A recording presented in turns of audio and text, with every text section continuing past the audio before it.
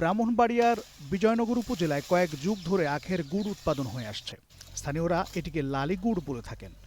চলতি মৌসুমে ২৭ হেক্টর জমিতে আখ চাষ হয়েছে, যা থেকে ৯৬ টনের বেশি লালি গুড় ও ৯৫ টন আখের রস উৎপাদনের লক্ষ্যমাত্রা ধরা হয়েছে বলে জানিয়েছে কৃষি বিভাগ।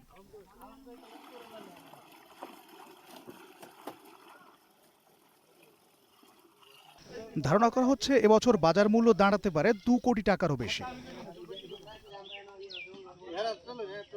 বিজয়নগর উপজেলার বিষ্ণুপুর দুলালপুর গ্রামের অর্ধশতাধিক পরিবার বাণিজ্যিকভাবে লালি গুড় উৎপাদন করে আসছে। মূলত নভেম্বরের শেষ সপ্তাহ থেকে ফেব্রুয়ারি পর্যন্ত চলে এই গুড় তৈরি ও কেনাবেচা। প্রতি কেজি খুচরা বিক্রি হচ্ছে ১৫০ থেকে ১৭০ টাকায়।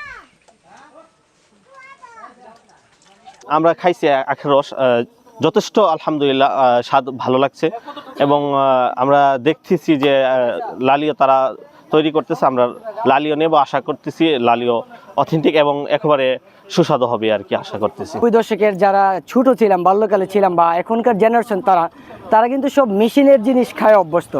বাট এই যে একটা জিনিস দেখেন, একদম পিওরলি একটা প্রাকৃতিকভাবে আমাদেরকে একটা জিনিস দিচ্ছে আখমারাই, সেটা আমরা অনেক বই পুস্তকে পড়ে এসেছি পূর্বে। আলহামদুলিল্লাহ আখমারাই থেকে আখ খেলাম, খুবই সুস্বাদু এবং খুবই একটা মানে মনের মধ্যে একটা ফিলিংস আসলো। আমরা সরকার কিছু ন্যায্য মূল্যে দেয় তাহলে আমরা আরো বেশি করতে পারব। কানি হতে বিঘা ৮০ থেকে ৯০ হাজার টাকা বিক্রি নিয়ে হইব, ৩০-৩৫ হাজার টাকা এমনি বেশি খরচ হয়। তাহলে আমরা সরকার থেকে যদি সাহায্য পাই তাহলে আমরা আরো এটা বেশি চাষ করতাম পারব। এগুলা বিদেশে বনে ওই বিভিন্ন ধরনের টিকা মানুষ এনে অর্ডার করে বিদেশেও যা, প্রবাসীরও আহা ২ কেজি ৪ কেজি ৫ কেজি করে ফিরে বিদেশেও যা।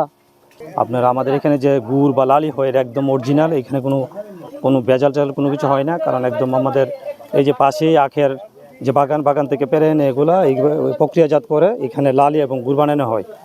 আমি আশা করি যদি কৃষি সম্প্রসারণ অধিদপ্তর বিজয়নগর উপজেলা যে কৃষি অধিদপ্তর আছে, ওরা যদি কৃষকদেরকে যদি আরেকটু সহযোগিতা করে তাহলে আমার মনে হয় এটা একটা কি বলে বাণিজ্যিক একটা উৎপাদন কেন্দ্র বা বাণিজ্যিকভাবে আমরা অনেক লাভবান হতে পারবো।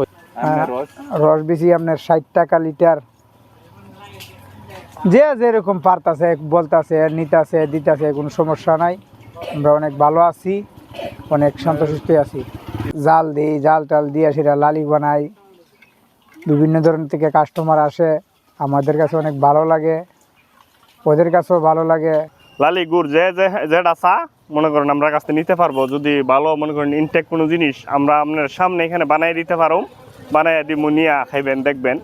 কৃষি বিভাগের তথ্য মতে ব্রাহ্মণবাড়িয়ার বিজয়নগর ও বাঞ্ছারামপুর উপজেলার কিছু এলাকায় বাণিজ্যিকভাবে আখ চাষ হয়। এসব আখের রস থেকে লালি গুড় উৎপাদন করেন চাষিরা। যে লালি গুড় তৈরি হচ্ছে আমি সরজমিনে সেখানে দেখেছি এবং রস নিজে খেয়ে দেখেছি। সুন্দর পরিচ্ছন্ন পরিবেশে মানুষের সামনে তার বসার ব্যবস্থা করে তাদের সামনে রস ভাঙিয়ে তাদেরকে খাওয়ানো হচ্ছে এবং লালি গুড়ও তাদের সামনে জাল দিয়ে রসটায় গাঢ় করে উৎপাদন করা হচ্ছে। এবং সেক্ষেত্রে ময়লা পরিষ্কার করার যে প্রশ্নে তারা আমাকে জানিয়েছে যে বেকিং সোডা তারা ব্যবহার করছেন। সেক্ষেত্রে বেকিং সোডা যেহেতু খাওয়া স্বাস্থ্যসম্মত এবং সেখানে কোনো রং বা অন্য কিছু মিশ্রণ তারা করছে না এবং দেখতেও পাওয়া যায় নাই এবং উপস্থিত লোকজনও সন্তোষ প্রকাশ করছেন। কাজে আমি মনে করি যে স্বাভাবিকভাবে যে এই লালি গুড় খাওয়া এটা স্বাস্থ্যসম্মত হবে। বছর আশা করছি আমরা ২৭ হেক্টর জমি থেকে ১০৫ টন পার হেক্টর হিসেবে ২৮৩৫ টন আখ পাওয়া যাবে এবং সেই আখ থেকে ৯৬ টন লালি গুড় উৎপাদন হবে এবং ৯৫ টন রস তৈরি করা হবে। ৯৬ টন লালি গুড় থেকে ১৫০ টাকা পার কেজি হিসেবে যদি আমরা বিবেচনা করি তাহলে সেখান থেকে ১,৪৫,০০,০০০ টাকা মতো কৃষকগণ আয় করতে পারবে বলে ধারণা করছি। এবং ৯৫ টন যে রস উৎপাদন হবে সেখান থেকে সেটা ৬০ টাকা কেজি রসের যদি আমরা দাম ধরি তাহলে সেক্ষেত্রে ৫৫ লক্ষ টাকা পাওয়া যাবে। তো সেই ক্ষেত্রে মোট উৎপাদন মূল্য দাঁড়াবে ২ কোটি টাকা। শীতের সকালে গরম লালির মিষ্টি গন্ধ যেন গ্রামীণ জীবনের এক অনন্য সম্পদ। এটি কেবল বিজয়নগরের নয়, পুরো দেশের চিরায়ত ঐতিহ্যের গল্প। জাফর আহমেদ শিমুল, গ্রিন টিভি, নিউজ ডেস্ক।